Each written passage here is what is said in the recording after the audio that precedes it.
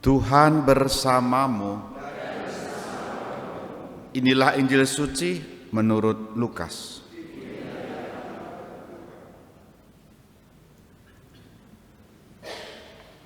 Sekali peristiwa, datanglah Yesus di Nazaret, tempat ia dibesarkan.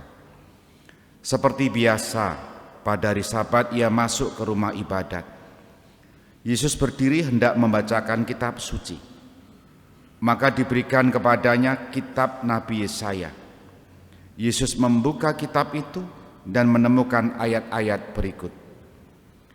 Roh Tuhan ada padaku, sebab aku diurapinya untuk menyampaikan kabar baik kepada orang-orang miskin, dan aku diutusnya memberitakan pembebasan kepada orang-orang tawanan, penglihatan kepada orang-orang buta, serta membebaskan orang-orang yang tertindas. Aku diutusnya memberitakan bahwa tahun rahmat Tuhan telah datang. Kemudian Yesus menutup kitab itu dan mengembalikannya kepada pejabat. Lalu ia duduk dan mata semua orang dalam rumah ibadat itu tertuju kepadanya. Kemudian Yesus mulai mengajar mereka, katanya, "Pada hari ini, genaplah ayat-ayat kitab suci itu pada saat kalian mendengarnya." Semua orang membenarkan Yesus. Mereka heran akan kata-kata indah yang diucapkannya. Lalu mereka berkata, "Bukankah dia anak Yusuf?"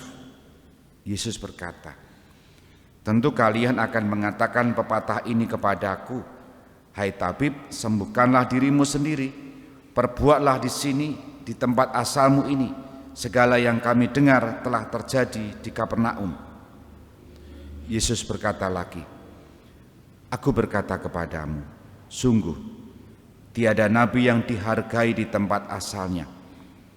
Aku berkata kepadamu dan kataku ini benar. Pada zaman Elia, terdapat banyak wanita janda di Israel ketika langit tertutup selama 3 tahun dan 6 bulan. Dan ketika bahaya kelaparan yang hebat menimpa seluruh negeri. Tetapi Elia diutus bukan kepada salah seorang dari mereka, melainkan kepada seorang wanita janda di Sarfat di tanah Sidon. Dan pada zaman Nabi Elisa, banyak orang kusta di Israel, tetapi tiada seorang pun dari mereka yang ditahirkan selain Naaman, orang Syria itu." Mendengar itu sangat marahlah semua orang di rumah ibadat itu. Mereka bangkit lalu menghalau Yesus keluar kota dan membawa dia ke tebing gunung tempat kota itu terletak untuk melemparkan dia dari tebing itu. Tetapi Yesus berjalan lewat tengah-tengah mereka lalu pergi. Demikianlah sabda Tuhan. Saudari-saudara, selamat pagi berkah dalam. Yang tercatat dalam Injil Lukas ketika Yesus di Bait Allah kemudian mengutip atau membaca kitab Nabi Yesaya, reaksi orang-orang begini. Semua orang mendengarkan Yesus, mereka heran akan kata-kata indah yang diucapkannya. Ini satu kelompok. Jadi ketika Yesus mengutip Nabi Yesaya dan mengatakan, "Pada hari ini genaplah ayat-ayat kitab suci itu pada saat kalian mendengarnya." Reaksinya ada yang membenarkan dan mereka heran. Sementara kelompok lain dalam ruang yang sama mencibir, "Bukankah ini adalah anak Yusuf?" Apa poinnya? Selalu ada pro dan kontra. Siapapun itu. Yesus ketika mengutip kitab Nabi Yesaya dan mengatakan bahwa pada hari ini genaplah, itu mau menunjukkan bahwa Yesus sedang menjalankan apa yang dinubuatkan dalam kitab Nabi Yesaya.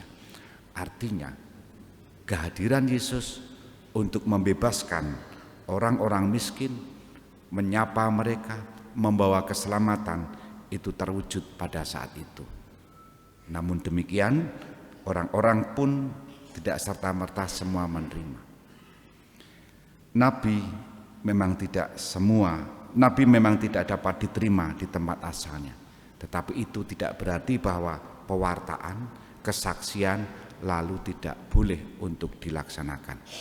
Yesus tetap membawa kabar gembira itu dan menunjukkan bahwa keselamatan yang diwartakan Yesus bukan hanya untuk daerahnya saja, bukan hanya untuk orang-orang di sekitarnya saja, tetapi juga untuk siapapun yang membutuhkan. Tidak hanya untuk jemaat di Yerusalem pada zamannya, tetapi juga untuk orang-orang Kalasan dan sekitarnya dimanapun orang berada. Keselamatan itu selalu diwartakan. Bagaimana itu membawanya, keselamatan itu untuk orang-orang zaman sekarang? Sama. Kalau Yesus mengandalkan roh, dan Paulus dalam bacaan pertama ini juga menceritakan kesaksian hidupnya, mewartakan Injil dengan kekuatan Allah, kekuatan roh, bukan kekuatannya sendiri, maka kita pun diutus seperti Yesus, mewartakan kabar baik, mewartakan kabar gembira. Meskipun di tempat kita kadang-kadang juga timbul aneka pro dan kontra, entah disukai, entah tidak, entah positif, entah negatif. Apapun itu, pewartaan kabar sukacita hendaknya dijalankan, dan kita diutus bukan untuk mengandalkan kekuatan sendiri, tetapi mengandalkan kekuatan Allah semata-mata. Oleh karena itu, untuk menjadi utusan seperti yang diwartakan dalam bacaan-bacaan hari ini, kita terus-menerus membaharui relasi kita dengan Tuhan, agar dengannya apapun tugas kita, perutusan kita, mendapatkan kekuatannya dari Allah, bukan kekuatan kita semata-mata. Kita hening sejenak.